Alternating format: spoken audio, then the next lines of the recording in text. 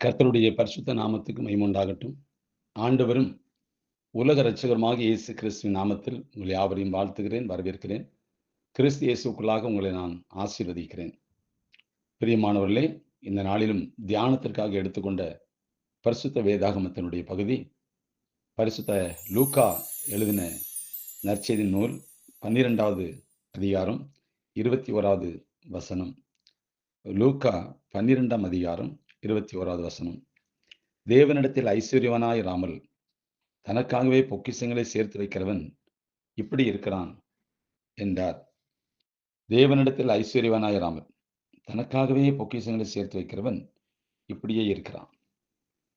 அன்பார்ந்தவர்களே, சாகும் வரை சம்பாதித்துக் கொண்டே இருப்பது என்பது சிலரால் நிறுத்த இயலாத ஒரு இயற்கை பழக்கம்.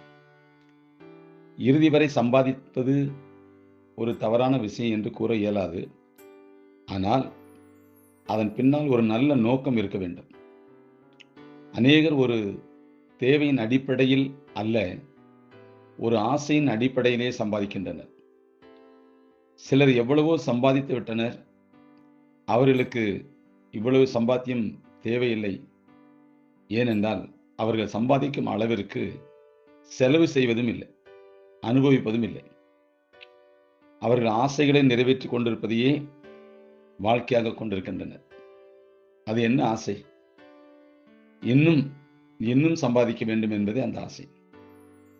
அவர்கள் பெரிய அளவில் அனுபவிப்பதும் இல்லை, யாருக்கும் எந்த உதவியையும் செய்வதும் இல்லை. எனவே அவர்கள் தேவையை சந்திக்க சம்பாதிக்காமல் தங்களின் ஆசையை அடக்க இயலாததினாலே அதிக வேகத்தோடு சம்பாதிக்கின்றனர். நாம் உரிய விதமாக அனுபவிக்க வேண்டும், பிறருக்கு இயன்ற அளவு உதவ வேண்டும், தேவனுடைய பணிகளை தாங்க வேண்டும். இது போன்ற நோக்கங்கள் சார்ந்த சம்பாதிக்க வேண்டும். பண ஆசையும் பொருளாசையும் நிறைவேற்றுவதற்காகவே சம்பாதித்துக் கொண்டிருந்தால் அது ஒரு அர்த்தமற்ற வாழ்வு. பரிசுத்த வேதாகமம் சொல்லுகிறது, பிரசங்கின் புஸ்தகம் 5ஆம் அதிகாரம் 10ஆம் வசனத்துல, பணப்பிரியன் பணத்தால் திருப்தி அடைவதில்லை, செல்வ பிரியன் செல்வத்தால் திருப்தி அடைவதில்லை என்ற சாலமோன் ராஜாவின் வார்த்தைகளை மிகவும் கவனிக்கத்தக்கவை. சிலர் கடைசி மூச்சு அடங்கும் வரை பணம் பணம் என்றே ஒரு ஓட்டம் ஓடிக்கொண்டே இருக்கிறார்கள்.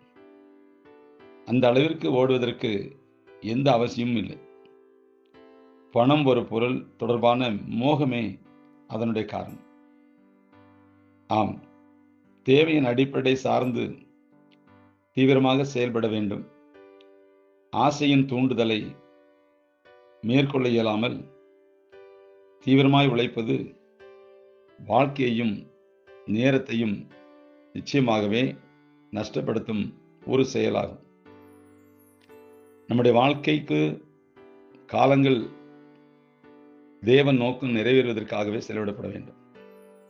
நம்முடைய நேரங்கள் இறுதி வரை மேன்மையான தேவைகளுக்காக பயன்படுத்தப்பட வேண்டும். உயர்வான ஒரு நோக்கம், சம்பாதிக்கணும், அது அவசியம். ஆனால் அதிலே மோகம் இருக்கக்கூடாது, வாழ்க்கையே அதில் பெறக்கூடாது. வாலிபத்தில் சம்பாதிக்கிறது ஒன்று இருக்கு, திருமணத்துக்கு பின் சம்பாதிப்பது ஒன்று இருக்குது, பிள்ளைகளுக்காக சம்பாதிப்பது ஒன்று இருக்குது. மனிதனுக்கு பணம் அவசியம்தான், அது யாரும் இல்லைன்னு சொல்ல முடியாது. பணம் இல்லாதபடி இந்த உலகத்தில் வாழ்வது கஷ்டம்தான். ஆனால் அதுவே நம்முடைய வாழ்க்கையை அழிச்சிடக்கூடாது. பரிசுத்த வேதாகமத்தில் அநேக உவமைகள் இருக்குது, அநேக உவமைகள். பழைய ஏற்பாட்டில் கேயாசி நிலைமையை நாம் அறிவோம், புதிய ஏற்பாட்டில் யூதாஸ் காரியத்தினுடைய நிலைமையை நாம் அறிவோம். சாலமன் ராஜா எவ்வளவோ சம்பாதிச்சார், எல்லாம் அவருக்கு இருந்தது, ஒன்றிலும் குறைவில்லை. ஆனால் விசுவாச பட்டியலில் சாலமன் ராஜா வரல. இதான் நம்ம கவனிக்க வேண்டிய விஷயம். உலகத்துக்குள்ள முழுக்க முழுக்க இறுதி இருந்துச்சு, எல்லா ஐஸ்வர்யத்தை அவர் சம்பாதித்தார், மேன்மையாக உயர்த்தப்பட்டார். ஆனால் கடைசியில் அவர் தான் எழுதுறார், பணப்பிரியன் பணத்தால் திருப்தி அடைவதில்லை, செல்வப்பிரியன் செல்வத்தால் திருப்தி அடைவதில்லை அப்படின்னு அவர் தான் எழுதுறார். அன்பார்ந்தவர்களே, அனுதினம் நம்முடைய வாழ்வாதாரத்துக்கு பணம் அவசியம். அதை ஒரு நோக்கத்தோடு சம்பாதித்து அந்த நோக்கத்தை நிறைவேற்றுவதும் அவசியம். ஆனால் நோக்கமே இல்லாம வாழ்வே சம்பாத்தியம், பணம் பணம் பணம் என்று போனால் அவருடைய வாழ்க்கை வீணாகிவிடும். நிறைய குடும்பங்கள்ல கணவன் ஒரு பக்கம், மனைவி ஒரு பக்கமா இருந்து சம்பாதிக்கிறாங்க. கடைசியில் வாழ்க்கை இழந்துடுறாங்க. அவர் வெளிநாட்டு போறாரு, மனைவி இங்கே வேற மாதிரி ஆயிடுது. இந்த பண ஆசைங்கிற ஒரு மோகம் எங்க யார்கிட்ட இருக்குதோ அவங்க வாழ்க்கையில குடும்ப வாழ்க்கை சரி இருக்காது, தாறுமாறா இருக்கும். வெளி தோட்டத்துல தெரியாது, அவங்களுக்கு என்ன பெரிய பணக்காரன் அப்படின்னு சொல்லுவாங்க. ஆனா உள்ள போய் பார்த்தா தான் தெரியும், அவன் வாழ்க்கையே வேஸ்ட். நிம்மதி இல்லாத, சமாதானமற்ற, சந்தோஷமற்ற ஒரு வாழ்க்கை தான் இருக்கும். மனைவி ஒரு அடிமைத்தனத்தின் நிலைமையில தான் இருப்பா. இப்படித்தான் இன்னைக்கு அநேக குடும்பங்கள் இருக்கு. தேவனிடத்தில் ஐஸ்வர்யவனா இருக்க வேண்டும் என்பதற்குடைய அர்த்தம் என்ன? நம்முடைய வாழ்வாதாரத்துக்கு பணம் மிகவும் அவசியம்தான். ஆனா அந்த பணத்தை சம்பாதிப்பதற்கு பலன் யார் கொடுக்குறா? ஞானம் யார் கொடுக்கா? அறிவு யார் கொடுக்கா? திறமை யார் கொடுக்கா? நம்ம நடமாடுறது எப்படி? இதைதான் நம்ம சிந்திக்கிறது இல்லை. அதனாலதான் தேவனிடத்தில் ஐஸ்வர்யனா இருங்கள். இந்த உலகத்துல சம்பாதி, அதே நேரத்தில் சம்பாதிக்கக்கூடிய பலனையும், ஞானத்தையும், அறிவையும், புத்தியையும், திறமையையும் தருகிற தேவனை மறந்து விடாதே. அவருக்காக ஏதாச்சும் ஏழை எளிய மக்களை நினை. அனாதை ஆசிரமத்தை பாரு. ரோட்ல பிச்சைக்காரன் பசியோட அலைவான். உன் வீட்டு தேடி ஒரு பிச்சைக்காரன் வருவான். உன் கண்ணு முன்னாடி தான் வருவான். ஏன் உன் கண்ணு முன்னாடியே வர்றான்? ஏன் உன் வீட்டு வாசல் வர்றான்? உனக்கு கர்த்தர் கொடுத்துருக்கிறாரு. அதுல இருந்து எடுத்து கொடுப்பதற்கு தான் கர்த்தர் கொடுத்துருக்காரு. இல்லைன்னா அது ஒன்னையும் அழிச்சிடும், உன் குடும்பத்தையும் அழிச்சிடும், பின்வரும் சந்ததி இல்லாமல் போயிடும். அப்படிதான் இன்னைக்கு அநேக குடும்பங்கள்ல இருக்கு. அதனால பிரியமானவர்களே, நன்றாக கவனிக்கணும். பணம் என்பது மனிதனுடைய வாழ்க்கையில அவசியம். பணமே மோகமா இருக்கக்கூடாது, பணமே வாழ்க்கையா இருக்கக்கூடாது. அப்புறம் பணத்தை கட்டிட்டு தான் வாழணும். பணக்காரியை கட்டிட்டு வாழ்றவனுடைய வாழ்க்கைலாம் நீங்க பார்த்தீங்கன்னா அது அலங்கோலமா தான் இருக்கு.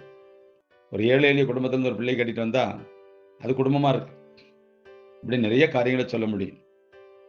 அதனால பிரியமானவர்களே, வாழ்வாதாரத்துக்கு பணம் அவசியம். பணமே வாழ்க்கையாக இருக்கக்கூடாது. அங்கே குடும்பங்கிற இடத்துல அன்பு இருக்கும், அமைதி இருக்கணும், நிம்மதி இருக்கணும், சந்தோஷம் மகிழ்ச்சி இருக்கணும், ஒரு அந்யோன்யம் இருக்கணும், ஒருவர் ஏற்றுக்கொள்கிற மனப்பாடம் இருக்கணும், ஒருவருக்கு ஒரு ஆலோசனை சொல்லணும், ஒருவருக்கு புத்தி சொல்லணும், பணத்தை எப்படி செலவழிக்கலாம் என்பது ஒருவருக்கு உட்கார்ந்து தீர்மானம் பண்ணணும், எப்படி செலவழிக்கணும் எப்படி செலவழிக்கக்கூடாது என்பதை குறித்து பேசணும். உங்கள் வாழ்க்கைக்கும் தேவைக்கும் அவசியமானதை சேர்க்கணும். ஆனால் வாழ்க்கையை அழிக்கக்கூடிய அளவுக்கு போயிடக்கூடாது. அதனால சம்பாதியுங்கள், குடும்பத்துக்காக செலவழியுங்கள், குடும்பத்துக்காக சேருங்கள், ஏழை எளிய மக்களை நினையுங்கள். உங்க முன்னாடி தான் வருவாங்க. ஏன் நம்மகிட்ட இருக்க போய் தான் கர்த்தர் அனுப்பி இருக்கிறார். அதனால கர்த்தருடைய பிள்ளைகள் இந்த விஷயத்துல ஞானமாக செயல்படுங்கள். கர்த்தர் நிச்சயமாகவே உங்களை ஆசீர்வதிப்பார். வாழ்வதற்கு நிறைய பணத்தை விட நிறைவான மனமே மிகவும் அவசியம் என்பதை இருதயத்தில் வைத்துக்கொண்டு இறைவனோடும் தொடர்பு வைத்து இறைமக்களுக்கு உதவி செய்து நீங்கள் ஆசீர்வதிக்கப்படவும் மேன்மைப்படவும் நான் உங்களை வாழ்த்தி ஆசீர்வதிக்கிறேன். கர்த்தர் தாமே உங்களை ஆசீர்வதிப்பாராக. ஆமென். God bless you.